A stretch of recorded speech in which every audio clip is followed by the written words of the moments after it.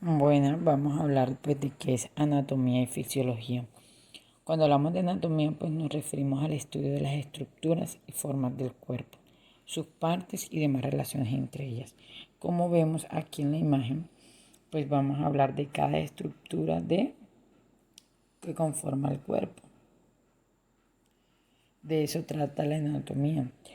Hay una estructura macroscópica pues que se puede ver a simple vista y hay una microscópica que solamente se puede ver a través de el microscopio. Sus estructuras son tan pequeñas que no se pueden ver a simple vista, como por ejemplo los glóbulos que conforman la sangre, las células sanguíneas. Ellas son vistas a través del microscopio. Y vamos a hablar de la fisiología. ¿De qué nos habla la fisiología? Pues que es el estudio de, eh, del modo en que funcionan el cuerpo y sus partes. O sea, qué función cumple cada una de esas estructuras en el cuerpo. Entonces, anatomía es estudiar las estructuras y fisiología la función de estas. Entonces, vamos a ver que hay unos niveles de organización. Como el cuerpo es tan grande, para estudiarlo, pues se crearon unos niveles para los estudiando por niveles. Está el nivel químico, que ahí ya se parte los átomos, moléculas y macromoléculas. El nivel celular, que son las células. El nivel tisular, que son los tejidos. El nivel orgánico, que son los órganos. El nivel del sistema orgánico, que son pues todos los sistemas que conforman el cuerpo. Y el nivel organismo, pues que es el cuerpo humano entre sí. ¿Qué significa esto? Que primero el cuerpo está constituido pues por átomos. Los átomos pues son las estructuras más pequeñas del cuerpo. Son estructuras que no se pueden dividir más. Posteriormente pues los átomos tenemos por ejemplo el sodio, el hidrógeno, el oxígeno. Esos son átomos. Después vienen las moléculas. Las moléculas se dicen pues que surgen a partir de la unión de uno o más átomos. Entonces, para que pueda haber una molécula, tuvo que previamente unirse uno o más átomos. Por ejemplo, tenemos el cloruro de sodio. El cloruro de sodio es una molécula. Es cloro más sodio. El agua es una molécula porque son átomos de hidrógeno con átomos de oxígeno. Entonces, ese es el concepto de las moléculas. Tenemos también las macromoléculas. Entonces, las moléculas se unen y forman macromoléculas.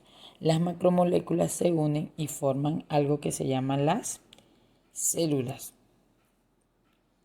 Posteriormente, pues el conjunto o la unión de las mismas células, tienen que ser células iguales, pues van a formar algo que se llama tejidos. Y posteriormente la unión de esos tejidos, de uno más tejidos, dan como resultado un órgano.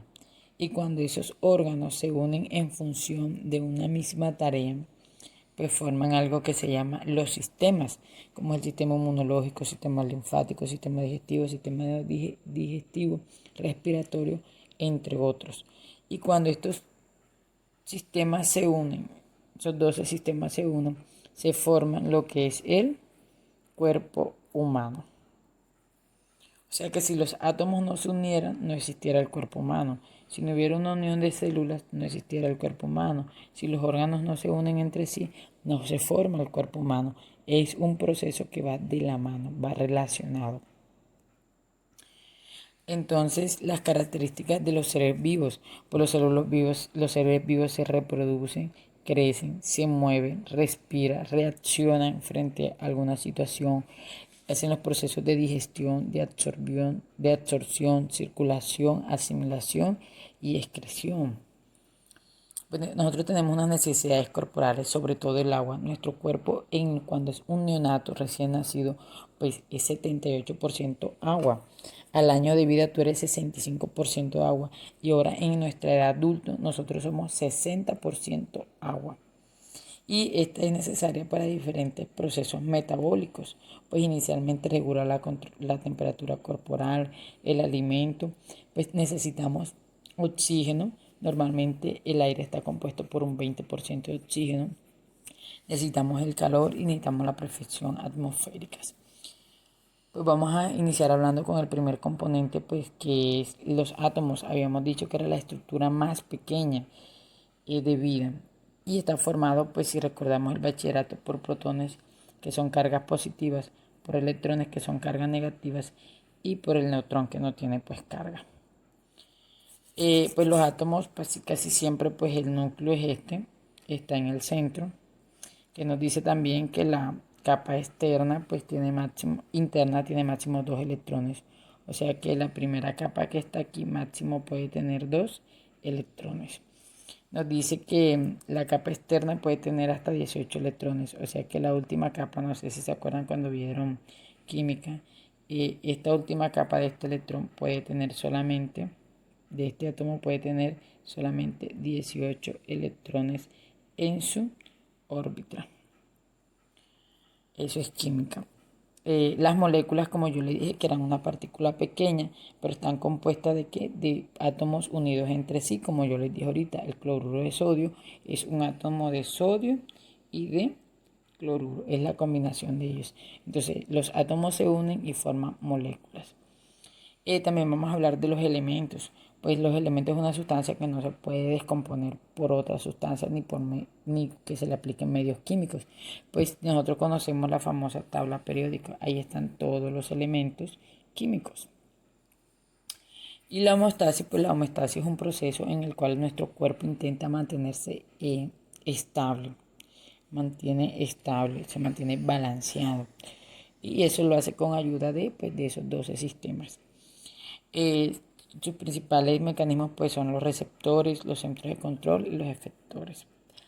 Y pues vamos a algo muy importante que son las células. Pues las células son unidades estructurales y funcionales de todos los organismos vivos.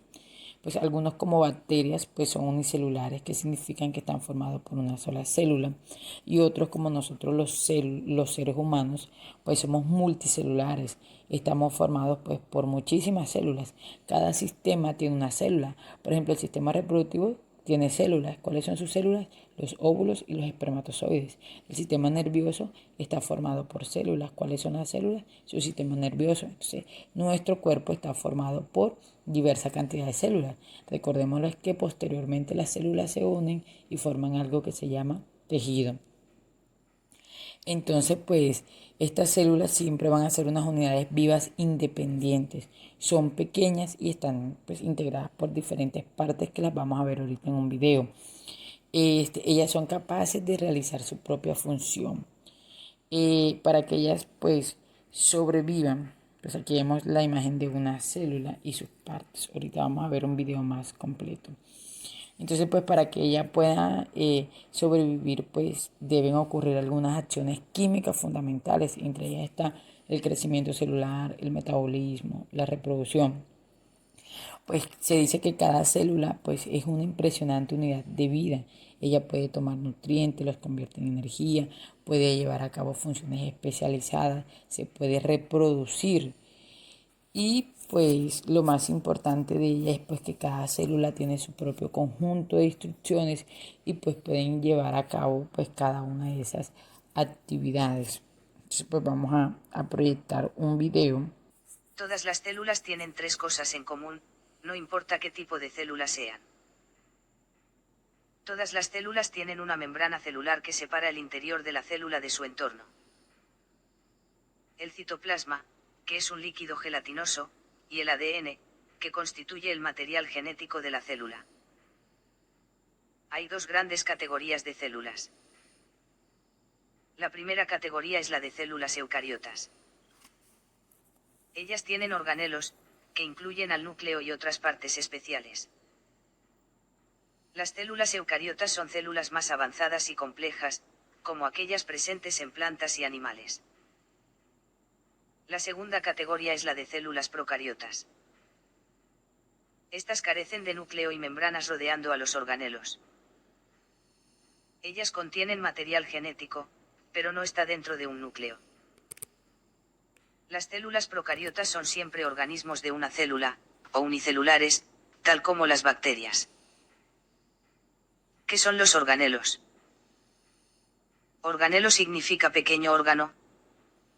Los organelos son partes especializadas de la célula que tienen trabajos únicos a realizar. Empecemos con el núcleo, el centro de control de la célula. El núcleo contiene el ADN o material genético. El ADN dicta a la célula lo que tiene que hacer y cómo lo va a hacer. La cromatina es la forma enrollada y extendida del ADN localizada en el interior de la membrana nuclear. Cuando una célula está lista para dividirse, el ADN se condensa en estructuras conocidas como cromosomas. El núcleo también contiene un nucleolo que constituye la estructura donde los ribosomas son producidos. Después de que los ribosomas dejan el nucleolo, tendrán el importante trabajo de sintetizar o producir proteínas.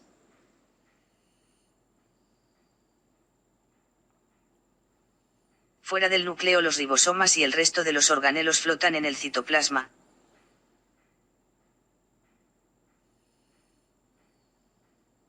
Los ribosomas pueden andar libremente en el citoplasma, o bien adherirse al retículo endoplasmático, algunas veces abreviado como RE.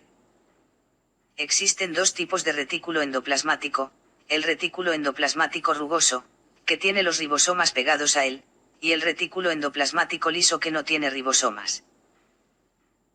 El retículo endoplasmático es una vía de paso delimitado por la membrana que permite el transporte de materiales, tal como las proteínas sintetizadas por los ribosomas.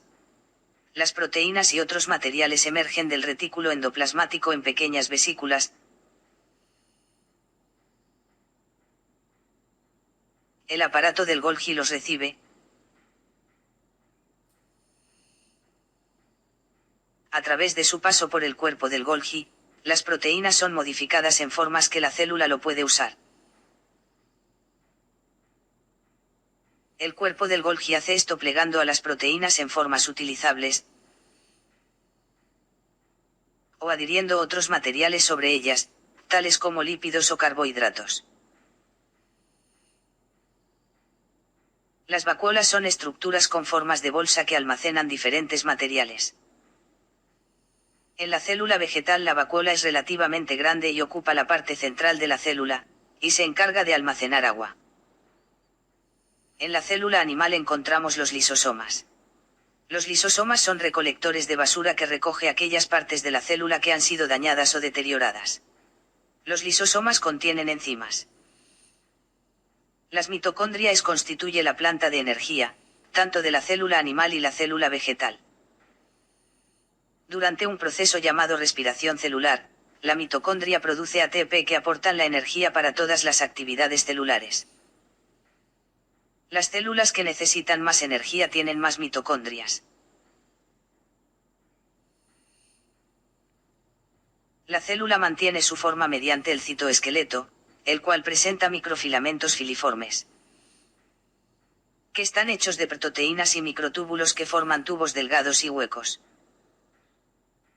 Vamos a seguir entonces con los componentes de la célula. Vamos a encontrar la membrana celular. Pues la membrana celular es una membrana delgada, como lo dice, y constituye la capa más externa de la célula. Y pues también se conoce como el nombre de membrana plasmática. Es esto que vemos aquí. Pues también asegura fronteras y la integridad celular. O sea, protege la parte interna de la célula, su contenido, y están separados por un medio circundante. Pues ella contiene diferentes moléculas biológicas, pues sobre todo proteínas y lípidos, como lo vimos en el video, que pueden participar en diferentes funciones celulares, como la comunicación y transporte celular. Ella pues tiene unos sistemas de transportes. Pues las células utilizan sistemas de transporte, un transporte pasivo, que ya sea por difusión pasiva o difusión facilitada, y un transporte activo. Para que lo entiendan mejor, pues vamos a proyectarle un video pues sobre el transporte pasivo y el transporte activo.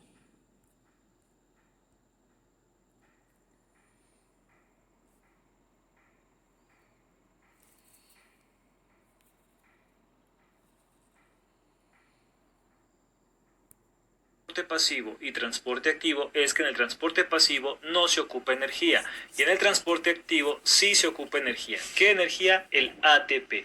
¿Pero por qué? Porque el transporte pasivo siempre va a ir a favor del gradiente de concentración, en diferencia con el transporte activo que va a ir en contra del gradiente de concentración. ¿Pero qué es esto? Tanto fuera de la célula como adentro, la concentración de sustancias siempre será diferente. Habrá un lugar donde hay mayor concentración y un lugar donde hay menor concentración. Cuando se habla que se va a favor del gradiente de concentración es cuando se viaja de un lugar de mayor concentración a un lugar de menor concentración. Lo realiza el transporte pasivo sin gasto energético, ya que es más fácil sacar o meter sustancias a un lugar donde hay mayor espacio para ellas. Y cuando ocurre eso se dice que es a favor del gradiente. Cuando se habla que se va en contra del gradiente de concentración es sacar o meter sustancias de un lugar de menor concentración a un lugar de mayor concentración. Es mucho más difícil para una molécula viajar a un lugar donde hay menos espacio, por lo tanto se requiere un gasto energético para poder realizarlo. Y por eso este transporte lo hace un transporte activo, siempre en contra del gradiente de concentración, y por eso es un gasto energético el que se lleva a cabo en este tipo de transporte. Hay dos tipos de transporte pasivo, el simple y el facilitado. El transporte simple es aquel que las moléculas atraviesan sin ningún problema los fosfolípidos de la membrana plasmática, y a eso se le conoce con el nombre de difusión. El transporte facilitado, su nombre lo dice, es aquel que una proteína le facilita la entrada a moléculas que no pueden atravesar a los fosfolípidos. Ambos casos, el simple y el facilitado, siempre van a ir a favor del gradiente de concentración. Ahora, ejemplo, una molécula de oxígeno va a atravesar a los fosfolípidos sin ningún problema porque va a ir a favor del gradiente de concentración, ya que la concentración de oxígeno habrá más afuera de la célula que adentro. Cuando la célula ocupa el oxígeno para respirar, como producto de desecho, origina CO2. La concentración de CO2 siempre será mayor en el citoplasma que afuera, por lo tanto también se va a favor del gradiente de concentración y la molécula de dióxido de carbono atraviesa los fosfolípidos sin ningún problema. A esto se le conoce como difusión. Las moléculas de agua no son compatibles con los fosfolípidos, por lo tanto necesitan ingresar al citoplasma de otra manera. Transporte facilitado. Como vimos, la molécula de agua no puede atravesar los fosfolípidos, por lo tanto, utiliza una proteína canal que le va a facilitar la entrada al citoplasma de la célula. Hay otras proteínas transportadoras que no necesitan un gasto energético, por lo cual una molécula de glucosa que no puede atravesar una proteína canal ya que es demasiado grande, utiliza una proteína transportadora. Esta se adhiere a la proteína y cambia su configuración, por lo tanto la hace ingresar sin ningún problema al citoplasma. La concentración de glucosa siempre es mayor en el líquido extracelular que en el citoplasma, por lo tanto siempre va a favor del gradiente de concentración, así como lo hizo la molécula de agua. Y por último, transporte activo. Un claro ejemplo del transporte activo es la bomba de sodio y potasio, que se lleva a cabo a través de una proteína transportadora que se activa con una molécula de ATP. La célula envía 3 moléculas de sodio a esta proteína. Lo que hará es de que su configuración cambia, atrayendo una molécula de ATP. Esta molécula le va a dar la energía necesaria para poder liberar estas 3 moléculas de sodio en contra del gradiente de concentración. Como esta proteína ahora tiene un fosfato, su configuración cambia y en lugar de recibir moléculas de sodio, acepta moléculas de potasio. En este caso, las moléculas de potasio se adhieren a la proteína y nuevamente cambian su configuración.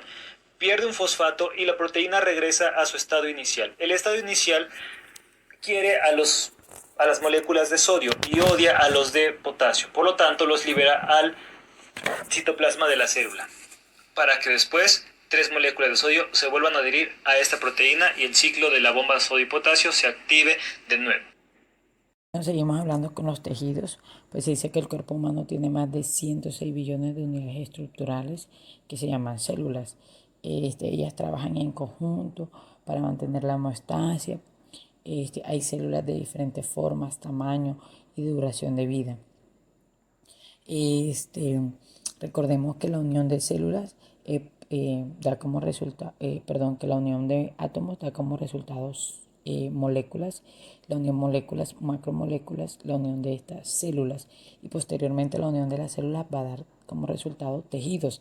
Entonces se llama tejido a cada grupo de células con estructuras y funciones similares. El cuerpo tiene 4 tipos de tejidos: el tejido epitelial, el tejido conjuntivo, el tejido nervioso y el tejido muscular. Entonces, pues, se dice que el tejido epitelial pues, es una lámina de células que cubre toda una área del cuerpo. Este tejido envuelve pues, y cubre superficies corporales como la piel, recubre paredes y órganos que están en cavidades del cuerpo. Su principal función es ser una interfaz o entrecara. Tiene 6 funciones principales, que es la absorción, protección, excreción, secreción, filtración y recepción sensorial. Se clasifica en tejido epitelial. El tejido epitelial se clasifica en tejido pavimentoso, epitelios estratificados y epitelios glandulares. Pues decimos que el epitelio pavimentoso pues consta de una capa sencilla de células. Si vamos a ver, pues está una capa sencilla. Tiene funciones como absorción, secreción y filtración. Lo encontramos en los alvéolos, en los riñones, en los vasos sanguíneos, en las cubiertas renales, en tiroides y en páncreas. Aquí los vemos: páncreas, trompa de falopio. Los epitelios estratificados pues sí tienen varias capas. Su función es protección. Se encuentra en la boca, en la lengua, el esófago, glándulas sudoríparas y uretra masculina. Tenemos también los epitelios glandulares, pues, que son las glándulas del organismo y son exocrinas y endocrinas. Entonces aquí las vemos. Pues hay un tejido conjuntivo. El tejido conjuntivo pues se dice pues que es el tejido más abundante del cuerpo humano. Pues su principal función es mantener unidas a los tejidos. También sirve para aislar y reforzar y proteger y dar sostén a estructuras corporales. Todo tejido está reforzado por un tejido conjuntivo. Existen varios tipos: el conjuntivo, el cartilaginoso, el óseo y el vaso sanguíneo, que no voy a entrar a explicarlos bien porque eso los explicará cada sistema. Pues los tejidos musculares están especializados en contraerse y acortarse. ¿Para qué? Para producir movimiento, porque la función del sistema muscular pues, es el movimiento. Una de las funciones, pues. Hay 3 tipos de tejido, pues el músculo esquelético, el cardíaco y el liso, que tampoco entraré a profundizar porque eso lo dirá el sistema muscular. Está el tejido nervioso, pues que tiene 2 características funcionales, que es la irritabilidad y conductividad de impulsos. Pues su estructura pues son las neuronas, sus células son las neuronas, y pues tampoco ampliaré en esta parte porque el sistema nervioso se encargará de eso. Entonces aquí vemos las células del sistema nervioso. Entonces si quieres triunfar, no te quedes mirando la escalera, empieza a subir escalón por escalón hasta que llegues arriba.